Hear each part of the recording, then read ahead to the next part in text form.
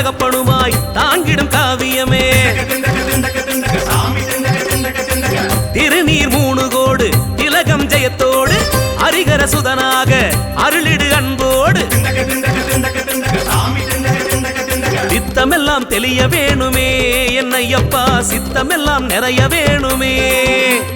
பம்பா நதி நீராடவே எங்களோட பாவமெல்லாம் தொலைய வேணுமே ஐயப்பா திந்தக திந்தக திந்தக திந்தக சாமி திந்தக திந்தகதோ